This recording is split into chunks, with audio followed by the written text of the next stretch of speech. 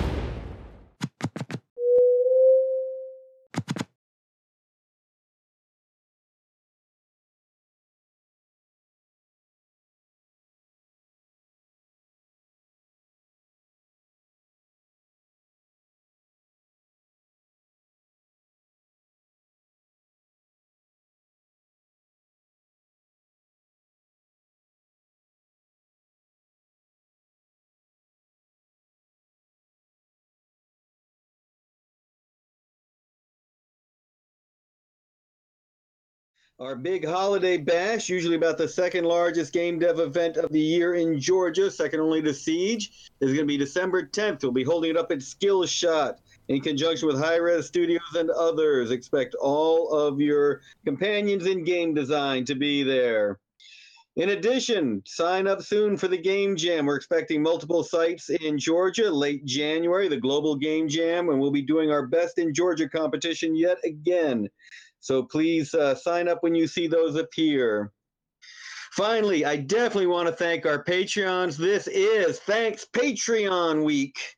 Patreon is actually asking everyone to thank, and thank some more. So we appreciate all of you who have made Stream Reality, Bert Posey, James Simpson, Joe, Puzzles by Joe Casanova himself, Lee Friedman, Ron Jones, known as Ron Jones, the Indie Cluster artist, Stephen Coffey, and Trey Carpenter. Be sure to give us your questions in chat tonight. Get involved and be ready for some really interesting tools, techniques, and new innovative projects. With that, back to the studio. All right, ladies and gentlemen, thank you for tuning in with us tonight for the Georgia Game Developers live stream. I am your host, the Associate Channel Manager, your boy, Super M from the Combo Breakers podcast, and I am joined today by some very special guests. I'm going to go from the center and out to the left. I like to shake things up a little bit. First off, we have Stephanie Marlowe. She is the founder of Artist Life Vision and Life Vision VR. And joining her today are two developers with her. To her right, we have Tavio. Am I saying that correctly? Yes. Tavio Castrillo, lead developer and creative services. He's also here with Mr. 3D. That you can check them out at mixed3d.com. And what they're involved in is with full body 3D scanning, right? Correct. Awesome. And last but definitely not least, we have another developer with us, Riley Hallbell. Close enough. Close enough. I thought I would have it today. Can you please say your name? Riley Hobel. Hobel. Yeah. Got that wrong. Thank you guys for joining us today. How are you feeling? Wonderful. Thanks for having me. Yeah, great. Thanks for having us. Glad to be with you. So before we get into the game that we're going to kind of preview today, I want to give our viewers a little chance to get to know you guys a little better. So Stephanie, could you please tell us a little bit about the company you're here with? Yeah, absolutely. So I'm the founder of Life Vision VR. Mm-hmm. We work on multiple projects, from games to virtual reality to augmented reality. We are currently, we have a project going on in Atlanta where we're activating the entire city. Oh. So we're working with multiple big name and small name artists, and we've given them a bit of real estate within an augmented reality app. It's called ATL AR. It's on iOS and Android. And so we work on that a little bit. We're working on the games, like I said, and 360 video production.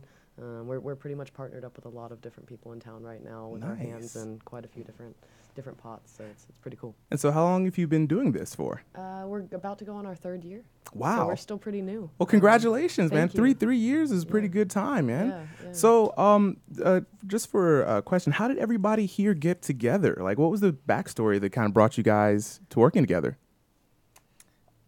I'll take a little bit of this one. So we actually met through another person here in town, and we were all brought together on a day to do 3D scans. Mm-hmm. He was brought with some of his classmates, and I was brought in just because I'm Life Vision VR, so why not? Right. And Tavio is where we were brought to Mr. 3D. So We were presented the opportunity to scan in a VR class to take their likeness, digitize them, and then provide the data to put in their own VR environment. So Riley in his class and accompanied by Steph. I was a student. I was a student in that class, but after graduating, I tried to take my skills forward to good results, I hope. Yeah, absolutely. Yeah. Nice.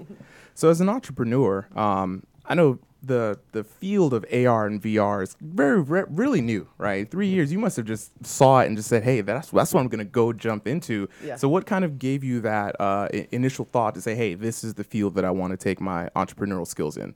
Well, the minute that I saw it as an open industry, being an entrepreneur and being interested in visual arts in general, it was like a no-brainer. It's an open market. At my age, I haven't seen an open market yet.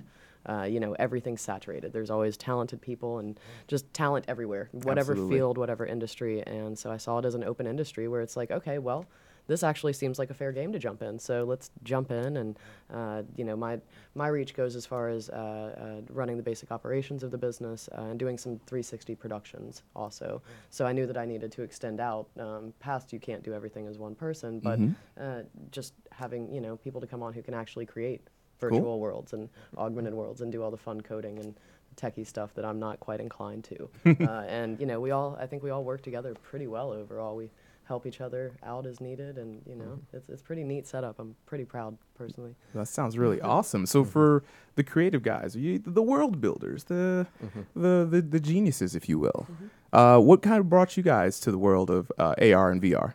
I'll let Raleigh start. Yeah, so it was actually a pretty dramatic shift for me. Previously, I was, taking internships and going pursuant to a career in cybersecurity, like security analysis, reverse engineering, until I put on the headset. And that literally changed, I'd say, my life, because the amount of the presence, the awe, but then like the consistency of the experience as it wraps around you and you can reach out and touch it. It was just like too compelling to resist, and I saw an opportunity and never looked back. How about you, Tavio? So I've always been a bit of a tinkerer. Like, if there's some electronics, I'll like to take it apart and see how it works. I don't think anything is like good as is.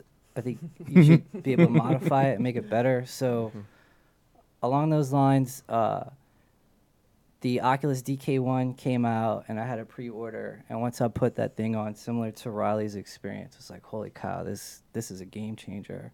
From there, augmented reality was kind of a buzzword, and so I started, researching that, getting into AR, and then Mr. 3D kind of happened in between that time, and me and my team, meaning Stephanie, and from there it just kind of came to fruition. Awesome. Well, it sounds like a match made in heaven, guys. So speaking of the work that you do, you mentioned activating the city earlier. Now, that's something that I want to talk to about a little bit if we can get some time here. Yeah. So kind of expand on the idea. So how are you using AR and VR to activate the city? 'Cause this sounds like some future stuff here. Yeah. So with the augmented reality app, we have multiple artists and a couple small businesses, and you can go and scan their items and or art pieces, and they activate, according to whatever type of art it is. So right now we're working with Squishy Puss. I don't know if you know his art around town. You probably have seen it. Everybody has seen it. Okay, so it's there. everywhere. Okay. Yeah. And so we're working with him to augment some of his artwork. Amani Christor just finished a mural down on the west side, so we're actually going to bring that entire mural to life. They're working on the modeling of that right now. We've got Gatsby is a great example. He got a 3D scan from Mr. 3D. He was holding his paintbrush, and so the augmented pop-up that comes off of anything Gatsby now is his 3D scan painting what he actually paints around the city, his tag. So it's pretty neat, and it brings it into the augmented fashion realm. So let's see, God, we're also working with Fresh Baked Goods, which has a store on Edgewood. Just quite a few artists, to where they're everything from fashion to murals to pens to anything that's got the design on it will activate. So we're activating the city. Wow, I can't wait to experience this. I'm in my mind, I'm just kind of thinking about how many different ways you could bring this artwork to life, and even just not only that, but some more informative things too. You may be able to drop some quick facts and links, or you're going to be able to maybe go through these links and click and get some more information, or buy a service or something like that. It starts to get extremely overwhelming when you realize that the entire world just now needs to be transferred over into augmented. Like, that's pretty much what it is. It's just everything we do just needs to now be augmented. And see, this is why I'm just waiting for augmented wearables. I'm just waiting for my glasses to be able to tell me pertinent information about my day, and I can. I know. We're all there. Oh, my heart! I'm seeing flashbacks of like Ready Player One and having an entire visual representation of Amazon at my feet. To just be able to dive in. Okay, so I have a few questions for you as an entrepreneur, right? So a lot of people, and a lot of people watching this cast today, will be seeing some of the things that we're going to go over and be like, man, I really want to get into this, you know? I really want to jump in. I really want to express my ideas. But I know from a few ventures that I've stepped out into, it takes a bit more to kind of weather the storm. There are going to be a lot of unforeseen pitfalls. There are going to be a lot of challenges and a lot of, most importantly, a lot of opportunities to grow and rise above some challenges. So before we get into the game, could you just express to some of our viewers, maybe like the top 3 to 5 qualities you see yourself for, if anyone would like to follow in the footsteps or follow in this path, maybe jump in, what are some of the qualities you think that they should be looking towards within themselves, and maybe in some teammates as well? Because like you said, it takes a village. It does. You can't do it by yourself. Absolutely. So one of the things I have to say that I will continue to say is, within this realm, specifically, you have to be 200% in, if not 300% sometimes. Oh, wow. You know, I mean, the industry is changing so much. Devices are changing so much. The ability to grab things and intertwine them together, it's all changing at such a rapid rate that you know, you can be working on one thing, and next thing you know, you've got it, and then adapt it to what has changed within the 24 hours, right? So takes 200, 300%, you know, so you've really, really got to be prepared. And then just like any business, you are going to have your downfalls. You know, you have to figure out, you're in a new market. There's not going to be a large return on investment at first, you know, Right. which means you have to keep chugging along. You have to really, truly have a passion for what you're doing, because if you don't, you won't be able to make it. And then comes the team. You have to have a very, very strong team that's great at communicating, can get along and can actually speak to each other on pros and cons without there being issues, you know, and that's problematic, you know, not all of the time, but you never know when you have a whole group of people and everybody's got an idea. Right. You never know who might not mesh with the group, you know, appropriately, and you got to deal with those things.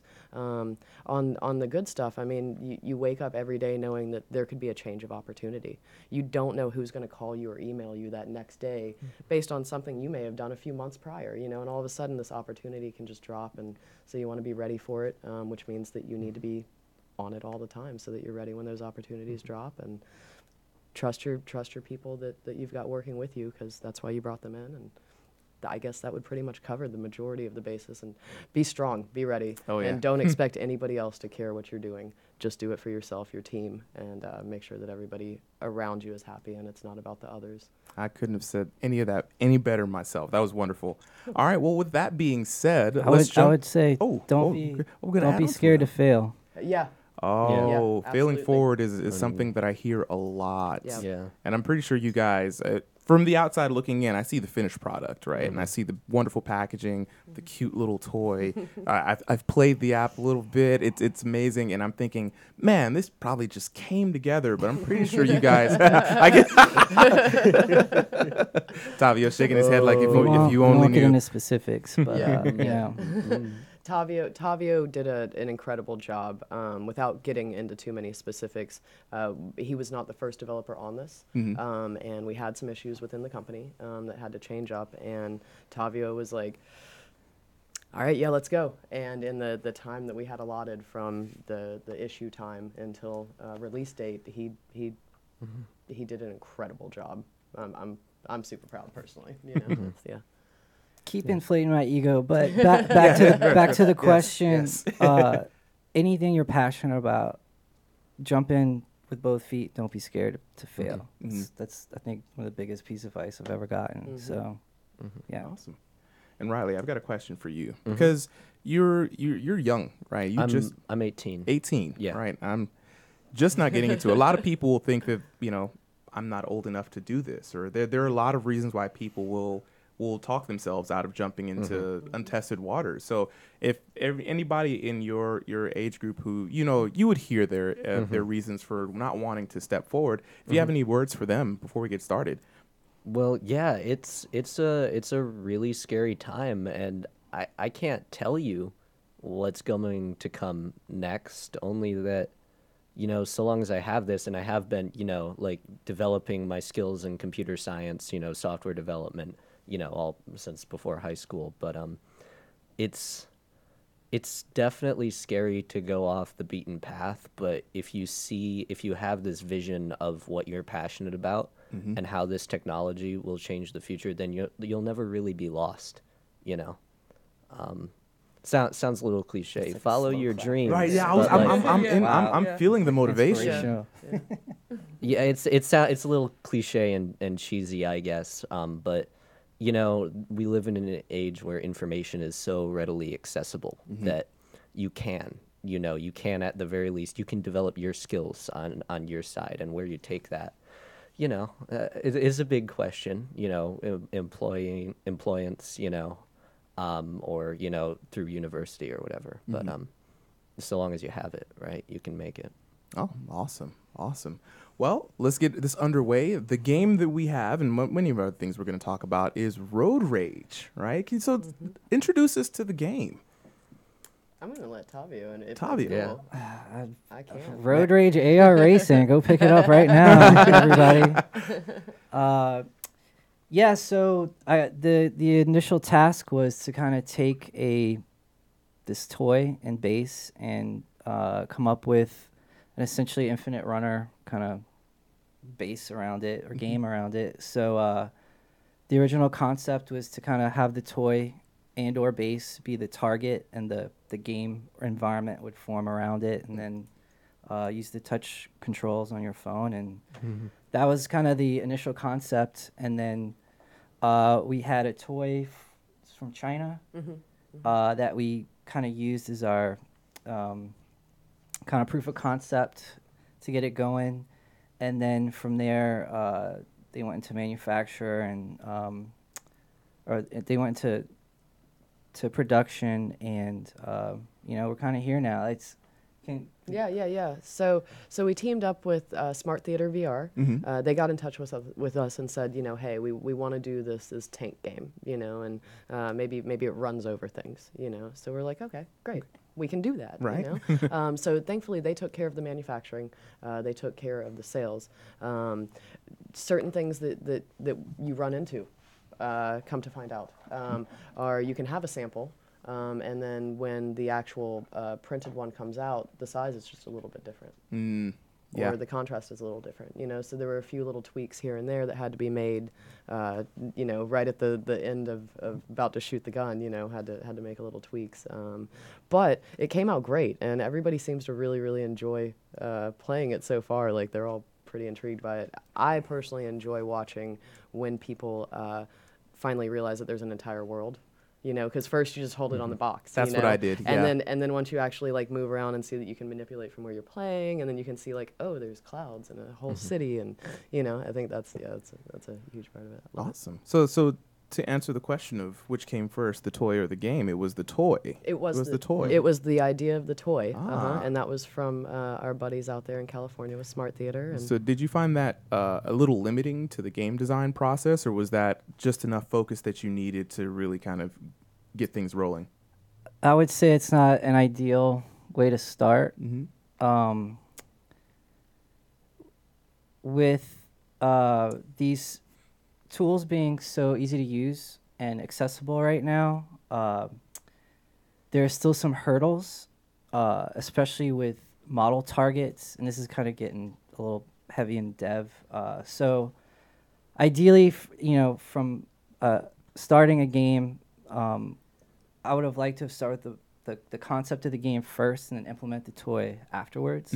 But, you know, this is what we had to work with. So Yeah. No, the we products made it came work. out awesome. Yeah. Like it was amazing. Like when I played Thank it, you. I was hooked. I was like, this is going to absorb so much of my time. Oh my God. At work, I'm just going to be trying to squish zombies. Excellent. And zombie, this is the perfect game for Atlanta, right? Because it has two elements that just remind me of Atlanta. You've got your road rage. If anyone who's ever driven on 285, they know the road rage is real. And then you've got real. zombies, So real. you know? So did the zombie aspect come into where did the zombies come into this for the concept? so we threw out a bunch of different concepts, you know, of what's going to get smashed. You know, something is going to get run over. What needs to get run over? And Can you share a few of the early what would you throw on the board? Old ladies were put up there. Oh. I'm not gonna lie. I'm not gonna lie. Yeah, it was like maybe we have you know like a blue haired, blue, purple blue, hair yeah, Little yeah, bonnets you know, and yeah, maybe you canes. know whipping her hand out, you know, and then we ultimately decided that you know maybe for It's a kid game. a kid after game, all, so. we should probably bring it maybe to zombies, which I don't know, you know. Everyone loves to go run over a good zombie. Hey, yeah, you you know? know, so we went through a little bit of that, and then you know there was a little bit on the how do we want this to play, you know. Smart Theater had their specifics, you know, they really wanted it to be able to be played from the back. Well, as a AR company, VR company, you know, we want to be able to really immerse and play, you Right. know. So that was a part of a debate that that we all had, and we spoke about and we expressed, you know, why and how and yeah. So it kind of just all came together like really well, and there were some pitfalls, but thankfully the partners we have are great. We're all pretty open in communications, and we're all pretty easygoing, you know. So it's not if something was a little bit too challenging, then it wasn't anything for the other one to bend a little bit. So. Cool. Well, before we get too far into it, I want to show everyone a little bit what the game looks like. We get some visuals. Maybe I could get a second chance at that high score. Like I want to see if I could set my high score for the night. I think I was like at 1260 at first, and ooh, Road Rage, Let's see if it'll trigger. aka My Commute. So with the toy, I have some questions about the toy. I've seen it's nice and articulated. We got some action going on left and right, and it actually moves. Now I love toys, especially when we're the kids. This is me all day when I was a child, just kind of moving along, letting my imagination kind of soar a little bit. Who has the high score in the office? I just want to see. It's me right now, but I'm What are the setting numbers? up. What are the numbers? I think honestly, I think you've beaten it already. Oh really? Yeah. But I'm trying to set up an office pool and do something pretty fun. Well, at least so we're gonna add some additional levels, and before I do that, I want to have like a top tier scoreboard for everyone. You know. All right. So when we get in here, so we have our main screen. Tap anywhere to begin, and I like to tap in the center right here, and we have our stages. So where this highlight is here, is that our first stage right there? Correct. So we double tap here, get the loading screen, and you can play with either the toy or the base, correct? Now, is there just a difference between the two? What was what drove that option? Yes. So depending on your phone and how new it is and the operating system it's running, sometimes the target is more ideal to play. Also, the lighting and the environment you're in, the physical environment you're in. And this can go back to your question before about whether we would have liked to start with the tank or the toy first versus development first. But we'll get back to that later. But for now, like the base is really, if you have an older phone or you want some really solid gameplay, use the base for right now. Nice. Okay. And That's why you get the option on that screen. Okay. there. Yeah, So we let's want to make sure the try to compatibility is do- there for everybody possible. Yeah, that reaches as many people as Yeah. you can. All right, we're going to try the base first. So we double tap the base icon here, and and there we go. Already to the races. Yep. So you were saying about the world here. We've got the clouds coming in. We got to say hello to everybody in the back. Now, this is very, very awesome. Okay, so I'm going to try to... It just snapped a little bit. Just Yep, snapped a you little bit, skipped snap off it it a back, little but bit. boom, Yeah. there we There go. Now, can you explain talk to a little bit about the design decisions that went into the game mechanics that are at play? Yes. With the kind of finite timeline provided with this project, we kind of depended on a lot of pre-existing assets. So I kind of came up with a design and kind of look that, you know, would kind of follow through and be consistent throughout the game. But but you know, a lot of this was just, you know, with the time involved, how fast can we get it done? And that's kind of what led the the design and kind of We had a shelf everything. shelf deadline for CVS pharmacies, Yes. so it had to be ready for it to be on shelf. So thankfully we got that. I'd say it. And so it is in CVS. Is it there now? Could we go and buy this, or when would it hit shelves? It's on shelves now. Nice. We haven't figured out which stores here in Georgia, Okay. but it is covering a large amount of the CVS pharmacies. So there are definitely some here in Georgia. We just haven't figured out which stores yet. Yeah. We do. We do have some contests going on also to be able to win a couple free swag bags. So Ooh. that's also an option. Well, out I'll there. be a part of the contest for sure. And they're on Amazon too, right? Yeah, they are also on Amazon. Hmm. Now, I've noticed while playing the game, first thing that comes across me is the satisfying squish sound when I run over zombies. So who was in charge of the sound development? I was. Yeah, I had carte blanche over the whole project essentially. I obviously relied on a lot of my teammates for feedback and critique and things like that. Mhm. But everything just kind of fell into place. Fortunately, with this project, sans the technical hurdles, which there are always going to be in game development. But yeah, took care of all of it. And so as I play some of this here, we have a question. Whoa! From Virix to Dream Core. Whoa! Is this all in augmented reality, the Yes. whole thing? Yes. Well, sans the menu screens, the gameplay is all in AR. Okay.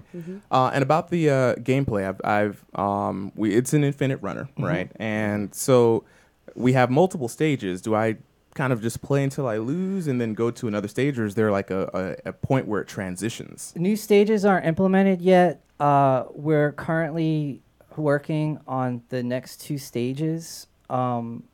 What we have kind of on the whiteboard right now is that once you hit a certain score threshold, it'll unlock the next stage. Jeff, our other main developer, wants kind of a finish line, and I'm like, that's not really an infinite runner, though. Yeah. So that's still potentially up to debate, but I'm gonna implement like a top score, and once you hit that, it'll unlock the next stage. Yeah. And each stage is gonna progressively kind of get worse and worse. So this is like the escape, right? Like you You got can the tank. see the zone gets a and- little and- bit more and you're hardcore. dipping out of towards town. the back. So the Okay. cars are in the Yeah. way. You got to run over the zombies. The next stage, like it's gonna be darker. Things are gonna be on fire, and Okay. there's gonna be more zombies, Oh. but you'll be able to shoot. What, You'll like shoot the cars, cars on out of the fire, way. all kind of mayhem. Yeah, more mayhem. Yeah. And then the third stage is gonna be like completely dark, Mm-hmm. super hard to see, and it's gonna be pretty hardcore. Those are gonna be. See, what I like about this is that as I was showing earlier, you're able to see everyone else. Yeah. So this is also good for if anybody wants to live stream this. You can kind of just see the people cheering you on. Maybe Yeah. cosplay some people and some zombies off to the side. And That'd you be know, fantastic. that would be awesome. And Yeah. honestly, I really like the idea of having the stage transition Yeah. while you're playing as you meet a certain score threshold, because it seems like you're heading towards the danger zone. So speaking of the game and developing it, can you give us a little technical rundown of what was it developed in? So we use Unity for the engine and whatever ancillary software for textures or 3D models or whatever we need. Cinema 4D, Photoshop, the essentials, And the assets that were used to for the 3D modeling, and also some of the assets for the graphics. I really love. I'm a designer, and I really appreciate a good logo. It really kind of sets it apart. So tell me some of the design choices that went into the logo, and maybe what made you guys choose like the isometric view on the front cover and everything. So that was actually Smart Theater. Oh, That's Josh with Smart Theater. So what their part in this is they did the marketing, they did the sales, and then they did the packaging design, and then we did the development based from those. So yeah, that's Josh who killed it. He did a great job. That's all their team. awesome! And Yeah. did they provide you with the 3D assets as well, or was that all done in house? No, So that was in-house. Use additional resources. So unfortunately, some of this stuff was stock that I modified myself, or The main tank in game was designed by one of our in-house modelers, and then a lot of the stuff was just tweaked Unity store assets or pre-existing assets that I could get, But optimized. And but optimized for But sure. optimized. with the stickers, which are also going to be on shelves, it's a separate app. It's Dreamlab AR. With these we did have the time because it did start. It was just the one developer and modeler on it for the whole project. So all of these are individually modeled in-house. All the soundscapes are done in-house. This is every bit of this did Made have the in-house. time to be able to be done in-house. Fantastic too. Yeah. That's, Yeah, those are. that's really great. I mean, I'm just a sucker for good design, and I love the presentation on everything. It looks so super polished. You should check out the dancing frog on this. I think you might like it. I don't. Snap. Let Yeah. me go ahead and let me You said you had Dreamlab on Yeah, I there. can load it up. Oh, yes, I love it. So, from the business side of things, how did you score this deal with CVS? Because that's really nice. It is huge, and I wish I could take credit for it because that would be great. But no, that was on their end. That was part of their promise. That was their part is to get it into stores. We just developed. So the salesperson who works with Smart Theater VR, he helped with Lisa Frank. And Cabbage Patch Dolls getting into stores. So we were extremely lucky. However, so they were our sponsors for about a year prior to any AR toy idea coming. So they've actually provided us and Atlanta with a bunch of headsets that we've gone out pop-up style, given away for free and given away experiences. So it was just natural for them to call us when they came up with this idea and see if we could do it. And we were like, yeah, if you guys can handle all of that big boy stuff that I don't have hands on. I don't know. And they were like, yeah, if you can handle all this stuff we don't understand. And I was like, yeah, sounds like a great relationship. Let's do it. really awesome. Yeah. And then contracts. yeah. And then contracts. Of course, gotta have the contracts. Well, I don't want you to divulge too much stuff about the contract things, but I did have a question. So there are many ways that game developers, when they develop games, they choose to monetize, especially with apps. We have in-game purchases. Up front, the game is free, correct? And you can buy the toy that accompanies it at CVS. $4.99. $4.99. Right? Everybody's got $5. Everybody has $5. Are there any other plans for monetization? Will there be like in-app purchases or upgrades or anything like that? Right now, we've considered in-app purchases for cosmetic upgrades to the tank or the levels and stuff. Personally, I'm not a huge fan of in-app purchases for certain products, especially for things tailored to small children. So I think that's still up to debate right now. But, Yeah. For this project specifically, we all just wanted to get a good quality toy on the shelves that people could easily play with and get a good idea of AR without throwing in the additional traps for children. Basically, I know it's a zombie fighting game, but we are still trying to stay somewhat ethical in this. Okay, Killing zombies is always ethical. When the right? end I mean, times come, Yeah, you're gonna you be have glad to. these You have kids to. grown up. But with those are implemented within our other plans past the toys. But yeah, with this specifically, because we are targeting children, we are trying to target correctly. Sure. So, will there another question with the tanks is, will there be other tanks? Are we going to be able to upgrade, get some new toys on the shelves, maybe? So it's really hush hush. So I'm not going to say this into the microphone. But there may be other versions. I'm gonna let Riley take this one. You mean Like, as a designer, you come with a concept and sketches first, so you kind of have something to work against. Time's obviously a huge thing, but yeah, like if I could have been a little more prepared, that would have been pretty cool. I really just came in and I was like, Tavio, I really, can you do this? Because I can't do this. And he's like, I think so. And then what was it, a week later? He's like, so I got grand jury duty. And so that, I remember so that. not only did it because I was like, oh God, is he going to actually have the time, now with this? And yeah, so he Twice a week for he accomplished 8 both. weeks. Yeah. Wow. Yeah.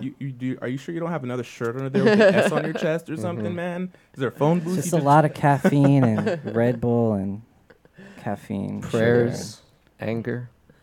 Yeah, a lot of breaks to go and just throw stuff and come back. Now there's other vices for taking care of It that. it kind of comes back to the beginning of our conversation where I was saying that you just have to be really, really prepared when opportunity strikes. You have to like really be prepared to do whatever your best is within the constraints that are given. Absolutely. And that this is a prime example of that on all of our parts, really, I think. So I have a question based off of what you just said, Riley. The optimization for multiple mobile platforms. I know that is definitely a challenge, especially, you design the whole thing and now you have to worry about it working across the board. So what are some of the things that you guys have to kind of give us an example of some of the things specifically with this project, if you can, the hurdles that you had to kind of jump over and solve in the areas of not only optimization for different mobile platforms, because to my understanding, this is on both Android and iOS, correct? I can play it on the Google phone, right? Yep. My Nokia, it still Yeah, works. this is a Google. Yeah, so some of the optimization hurdles that you had to jump over, and how did you problem solve them? So problem solving is well, to get on both stores, anticipate you designing wholeheartedly in one and then switching over to the other one and everything being completely broken, and then just kind of recovering from that and starting over again. Is that expected from when you're working in mobile? Is it If just if like, you if you do anticipate it and expect it, it'll be less of a hit at the end of the day. It's really not that bad, but I would just disagree. development in general it's not A to B. It's a journey with many different trails and forks in the road. yeah. Anything to add to that? No, except that, iOS presents its host of challenges. Android particularly, like we can throw 8 Android phones into a ring and just load our projects onto each one and be like, what's broken here, what's broken here, particularly with AR technology, it's with machine vision. And that's really important, and with a bunch of different cameras, with a bunch of different capabilities, it can get annoying. Well, Riley's from his background, testing a regular game, you can just virtualize it on different machines or platforms. But unfortunately, you can't on mobile because it can't emulate the camera or There's certain steps you can take, but in the end, it's patchwork solutions to emulate different cameras, and none really work. In the end, we have to test on whatever So you guys devices got we like can. one of every phone just ready to go. It feels like it. Phone and It friends. really- It's it like, really hey, is. phone and friends, yeah. phone and Yeah. friends. So did you outsource, like, do you have like an alpha phase and you outsource to your friends to kind of catch all of the bugs, as many as you could? We do we've got beer guys come over and hang out, Yeah. and then we just run them over with soundscapes and toys and AR stuff. Cool. And then yeah, we're like, here, just drop this on your phone real quick. You called it a tester party, right? the tester parties.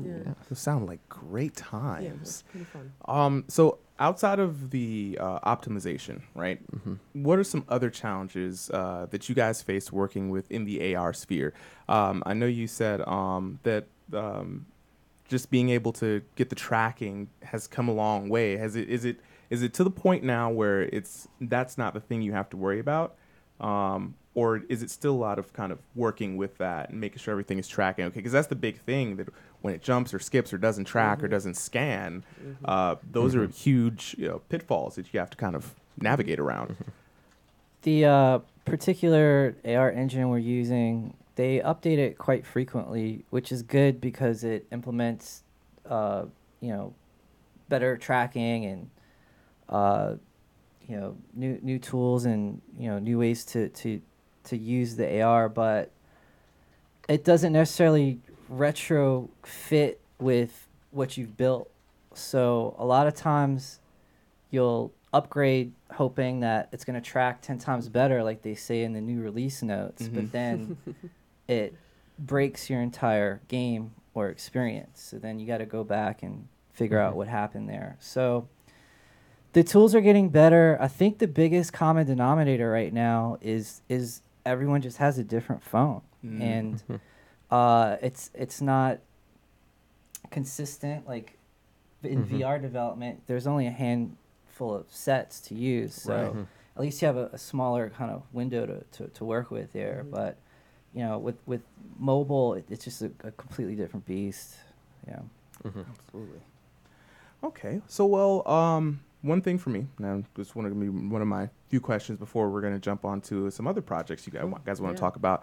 I love to get high scores, right? And I have devised a little bit of a strategy, as we saw earlier on, to kind of get some scores up. What's some general tips for maybe some people who may be watching here who's like, man, I really might get stuck. Now, those triple cars, they got me a couple times. There wasn't any way for me to get through those, but maybe some general gameplay tips for those who want to score the most. Patience.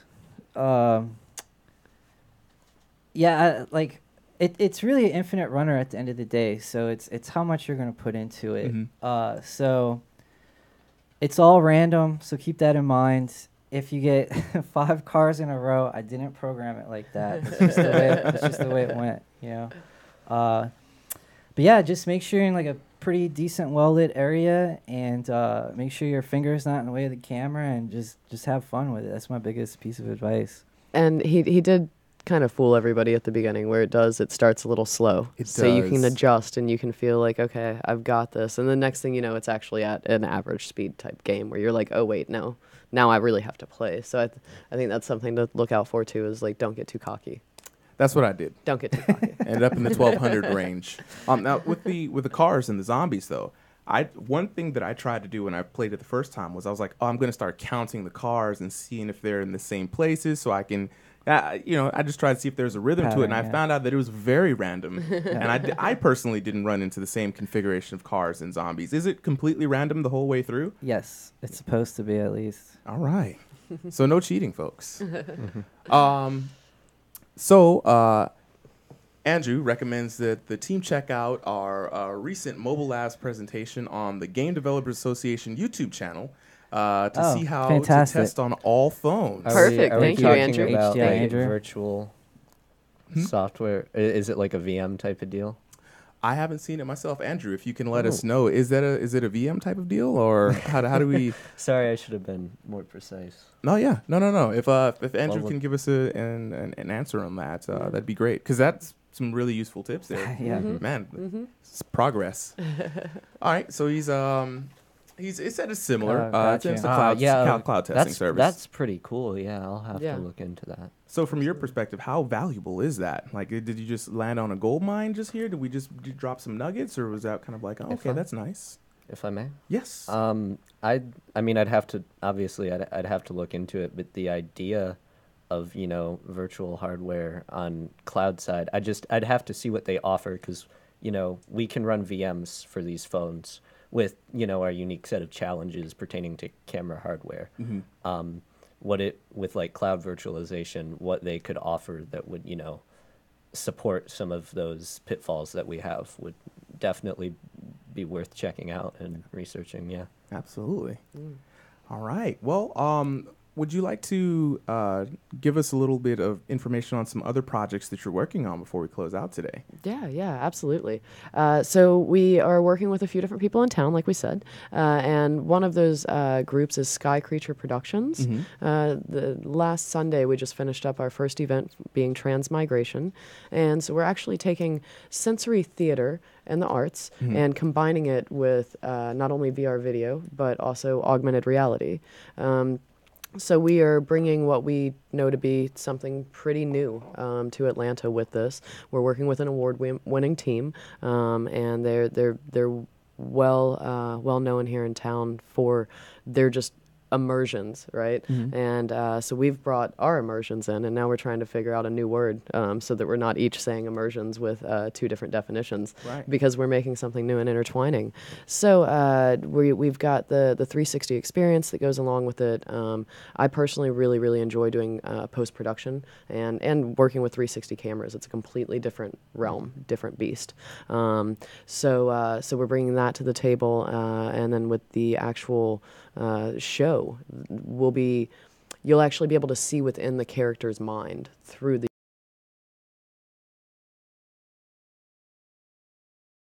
sensory theater, which is a phrase that I haven't heard before. Okay. So if we could step back a little Yeah, bit. yeah. Give us a Okay. a description of what is sensory theater. Is it, hopefully it's what I'm thinking in my So I in can my give you head. an idea of what Sky Creature Productions sensory theater is. Okay. Okay, because I also am new to the sensory theater thing. I heard about it at the beginning of this year, and I was like, oh, I have to implement what we do with that, you know? So then I searched out and found. So what they do is you come in and say it's a 5-part play. You're going to be led to all of the different rooms, and there will be different rooms by the actors. You will have people next to you that you don't even know are actors until a certain point within. There's also food and drink that go along and are curated specifically to go along with whatever spectrum they're trying to put you into, right? So let's say that, as an example, let's say that you have a character who's kind of losing their mind, right? You can feel that the character can do an amazing job, but you can't actually see into their mind. So that's where we're going to bring the augmented element and combine that. Wow. So that's some of the other stuff we're doing. I love this. Sounds like such a wonderful new experience, which is something that we lack. It's amazing, right? We're in the age of technology, there aren't that many new experiences. Vector Maestro says that I'm glad I caught a bit of the podcast. Thank you for sharing. And Virx Dreamcore says, mixed reality? That sounds awesome. I mean, that sounds about as mixed reality can get because of the central input. That's one of my personal missions, is to see how much of this stuff we can actually intertwine, mix, and make sense to whatever audience, guest, users. You know, I mean, right now it's all a lab test. Yeah. We've got our basic rules, but it's a free playground for all of us to hop in and be like, hey, how crazy can we get with it? Yeah. I mean, it's fascinating to me, mostly because just like we said, the effect when you first put on a VR headset, it's like senses are engaged that never had to be engaged before. Like it's amazing how you have to sometimes tell people, hey, you can look around. You don't have to stare straight forward. So our vision is completely locked in. And so is our hearing, especially with 360-degree sound. And it's funny to me that sometimes our eyes and ears are so used to being stimulated with medium, but sense of taste, sense of smell. I don't even know if there's a word for a story that is told through smell or taste. I know it's, a movie for your visuals, maybe some music for your ears, but mixed reality, it's right now it's just combining VR and AR, but getting all of the senses in. Can you imagine? I'm trying. That's amazing. We're trying. That's that. Now that is immersive, and that's what they're trying to do a little bit, I think. And so, how do you envision you guys kind of stepping in and really enhancing this or making use of this idea of sensory theater? Well, with my back knowledge of filming in 360, we're trying to bring a certain portion of VR within it, and then bring the AR also. Really, it's like I said before, it's just crossing boundaries, stepping over lines where it's like, does this make sense? I don't know. Let's figure it out. Right. So we're gonna really try and just push the limits as much as possible. The great part is that most of you guys don't even know what the limits are, so we can fall a little below, or we can come a little bit above, and we should still fall into a nice little medium cozy, like, oh, that was awesome type of place. Oh, So- absolutely. So yeah. You could just put somebody in a sitting VR experience, 360-degree video, and it's still mind-blowing, especially to the uninitiated. Well, with Miriam, with Miriam's team and my team pieced up together, like on Sunday night at Transmigration, she curated and staged the areas where people would be viewing the VR that we were showing. So you were standing in a forest type of realm. And then we'd put you in the headset, so we really are trying to fully immerse in every way that we can. Yeah. That's awesome. So Thanks. are there any other projects you'd like to put out there for us today? Well, we spoke about the ATL AR. Yes. That I think is probably the coolest one for this city. We can work with musicians, artists, businesses, and it's just, we've set it up to where, so it's expensive to develop and have your own app, right? So what we have is we have augmented reality real estate, if you will. Explain that. So how do I get it some Okay, some land? so for instance, right, combo breaks, right? So let's say that you wanted to augment your shirt, right? But it doesn't you can't afford the cost. The return on investment just doesn't make sense to Right. pay us thousands of dollars, and our third parties that we work with. You know, because there's third party costs that are Licensing's fun. expensive. Yeah, that come into play. You can't afford that. It doesn't make sense. Even if you could, you'd be an idiot to toss your money down on it like that. Yeah. So we've developed ATLAR with the idea of having real estate placement. So now it's affordable. You can either pay $300, $700, or $1,000, and we do the design for you, and then you pay a $10 to $20 a month placement fee. And you know, that's just a yearly fee, It's kind of like web hosting and a website for if VR. you will. Yeah. Exactly. And we do the 3D Subscription modeling and service, design, you know, and program it for you, and that way, you know, it's a collective cost instead of each person having to try and really build their own app, because Right. it's just not possible at this point in time. It will be, but right now it's just not cost effective. Yeah, it's still a very young field, and the media likes to make it seem like VR and AR is just so far ahead of the curve, and it's right here. And a lot of people are still figuring out the best practices and optimization, not only in the games but in business practices as well. You know, things aren't cheap. You know, Yeah. so this is an absolutely great idea, because someone like me has a lot of VR dreams. Nowhere near VR budget. Right. So just for me, how much of a lift? And you said it's not cheap to build. How much a lift is it to develop an AR app? Like, so for the average person, we have like absolutely no idea how much work goes into some of these productions. Not to dissuade anyone from jumping into development, because the beauty of this is these tools are free. It's up until you want to monetize it that the licensing fees come in. Yeah. So Yeah. then Exactly. I'll let Stephanie take it from there. Yeah. I'm sorry. Do you mind asking the question again? I was Oh yeah. kinda- So just for the uninitiated, right? We kind of talked about how big of a lift it is to develop a VR app. Financial costs Yeah. with licensing. Some people may not be aware of like how much hassle you Well, have to go through for licensing, right. especially for monetization. Yeah. So as an example, because I don't like to just throw numbers out there, Mm-hmm. because, you know, you could come to me with just some really broad plan where it's like, you know, so I don't like to throw numbers out there, but just as an idea for third-party cost, Mm-hmm. Vuforia, they're punks. And I can say that because we've paid them and we have to pay them. So, you know, I don't necessarily have to be nice about it. They initially wanted to take 25% of the gross revenue Whoa. for this. Thankfully, that was able to be talked down to a much different number. But if we didn't have such strong talkers and spinners on the team, it might not have been able to happen that way.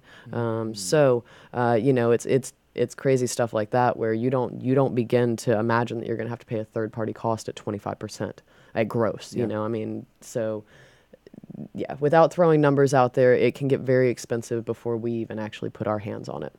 Wow. See, and that's something that I would not have known. I would have jumped head first. And, you know, again, it's not to dissuade anybody who wants to go out there, but you have to be aware of the pitfalls, because that's a part of making sure that you can be as successful as you can be, and not just kind of running blindly and falling to pitfall or pothole if you're in Atlanta. And Road plate. The weird metal things. weird metal things. The plates, the metal plates. Why? Laziness. To cover up I the think. I think it's just pure laziness. There was an artist a while back who had probably the best solution to fixing potholes. Wanksy? Wanksy, yeah. For those who know Wanksy, you know what he did. He drew some lewd drawings around some potholes, and it kind of forced them to fix it. And I don't know what's more damaging, man. Those metal plates or just Yeah. avoiding the pothole, because Yeah. you can't avoid metal plates. No, you You can't. just got to run over them. Well, and I don't know about you guys, but we've had them on our road for quite a while now, and people just like to slow down for no reason to go over them. yeah. Like really, really slow to a creep, like they're about to try and go up a mountain or something. So that's extremely obnoxious when you're trying to get to your Yeah, neighborhood just road. adds to the traffic, and next thing you know, more road It's rage. okay though. I was about to say I can just come home and kill some zombies now. Excellent. though. Right, So it's good. It's so good. this is going to be a good segue for all of you people who just got out of traffic. You know, stop by your local CVS, get yourself a shiny yellow tank, Yep. and release some of your frustrations Yeah. on the zombies. Absolutely. Remember, the zombies are the ones causing the potholes, people. So is there anything else that you would like to let our listeners know about before we head out here? I know, Tavio, you had 3D services. You can actually scan yourself as a game asset. Is that correct? Correct. So about 3 years ago, some partners and I started this ambitious endeavor of creating a full body 3D scanning rig. Wait, did you make this from top down by yourself? Yes. So you're an engineer too. One of my partners is an industrial engineer, and he actually designed the structure itself, and then I was kind of in charge of making it work. So yeah, we have over 100 cameras inside. You step in, we use photogrammetry to then take that 100 set of photos and then create a digital 3D model of you. And then we can get you 3D printed in full color sandstone, or we can turn you into a digital asset for your augmented reality experiences, virtual reality experiences, or if you're a PC Steam game player, we can put you into a handful of games that are out and available right now. I've got some thoughts now. See, my tag name is Super M from the Combo Breakers podcast. And I was thinking maybe I could come up in some overalls, some white gloves, maybe hit a little pose. Oh yes. Yes. Oh yes. Absolutely. Oh, absolutely. Now, see, here's where I'm going with this too. So when if I wanted to create a game model, right, of myself, do I get that back in a T pose, ready to be rigged, or? Yeah. So we first provide just the digital scan as the first deliverable. While you're there, we generally get everyone scanned in an A pose, and then we throw that off to one of our riggers or artists, and then they convert that to a proper T pose. Nice. If you are a 3D modeler or rigger yourself, we can hand you off the file at that point, or we can rig it for you, and then you're off and running at that point. That's awesome. You know where I'm about to go with that? I'm going to go straight to a website, and this is a little shameless little plug. It's Mixamo.com, where you can upload your T-poses and get all these cool animations.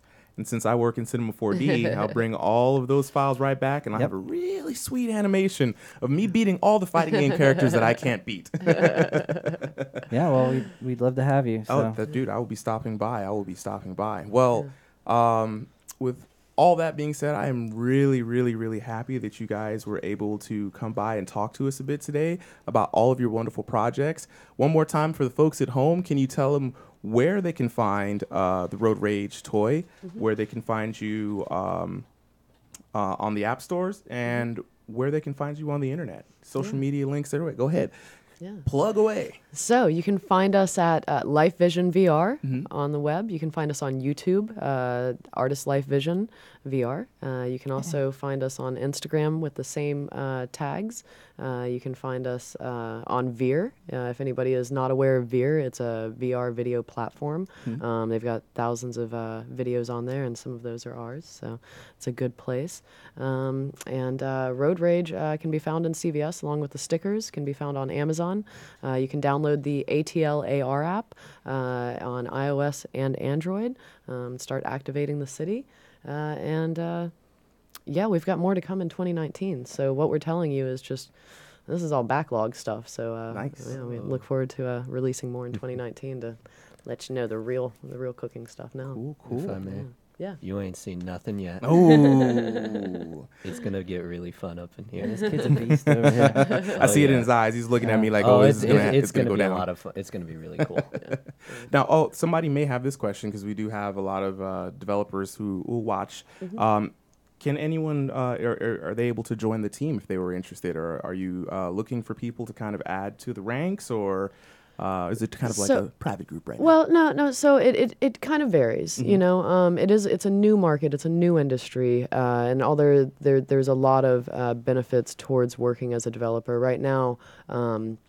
We are in a position where you might not be able to land a job with us. You can be on team, but you might not make any money for a month or two, depending on when the jobs come and who's got seniority and who's better at what. So yes, I would love to hear from anybody, but that we are not running full payroll right now with everybody, you know, so just expectations set where they should be. Awesome. We'd love to hear from anybody, you know, and even if it's just to get together and just talk about where the industry's going, you know, that's always fun too. So Cool. yeah. All right. Yeah. And may I say one thing really Yes. quick? For anybody out there who may not be a developer, but who's really interested in how they could help with the VR or AR realm, this industry needs all the talents that every other industry needs. We need great accountants. You know, we need great legal teams. So if anybody out there is within other industries and wants to, you know, show their services, not just with my company, but I'm sure with many others, you know, that's. We are all in need of good other industry people to come into our industry and help us with all that Absolutely. that other stuff. Yeah, that's a great point to make because not a lot of people think when they think, oh, I'm into gaming, they think you're just there making Everyone the goes assets. straight to coding and Yeah. developing and designing, and no, you know, it's a business, so we need all the different aspects there. Absolutely. Now, but I did forget one thing, right? We did show the game off a little bit before, but you guys had a video as yeah, well. Yes. yeah. So before Andrew comes back and closes us out officially, can we go ahead and run that video? And for those who kind of came into the stream a little late today, you won't have to go all the way back unless you want to hear our wonderful voices. We have a nice a presentation to just kind of wrap everything all up. Yeah. So this is actually the Transmigration Rua Wolf production. This is a augmented promo of the 360 VR video that we showed. Ooh. All right. And without further ado, roll it. Hi everybody, I'm about to show you a little augmented reality from Sky Creature Productions' Transmigration debut of Rua Wolf. This is going to be the 360 promo of the VR video that was shown Sunday night, so it's pretty neat. Jeff developed this quick little AR for everybody to experience, and I'd like to share it with all of you online. Here we go.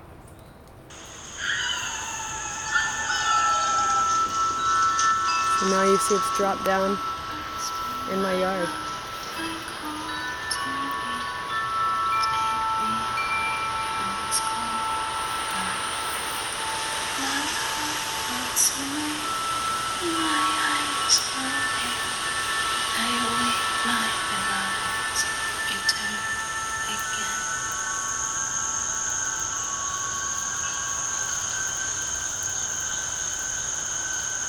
Such a neat way of seeing a story.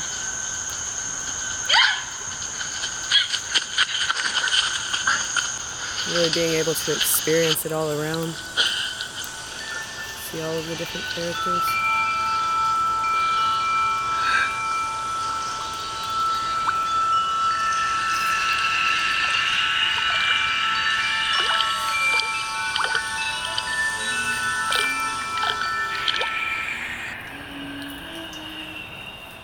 So thanks to everybody who came out Sunday, and thank you for all of your support. Thanks, Jeff, for creating this awesomeness, and thanks Sky Creature Productions for making us a part of it. All right. Thank you for that, guys. Well, to close everything out, I would like to thank everybody who was able to tune in with us today. And thank you, Stephanie, Tavio, and Riley. You guys have been a wonderful, wonderful set of guests today. And I learned a ton. And I'm super excited about everything AR and VR. And I hope you guys out there are just as excited as well. Any last closing words for anybody else? Thanks for having us. I hope we didn't spoil it too much and we get invited back. Oh, no. You guys are definitely getting invited back. Pleasure, yeah. This is awesome. fantastic. Thank you guys for having us No very problem. much. And thank you, Super M, for a great stream. Thank you. December 10th at Skillshot with High Res Studios.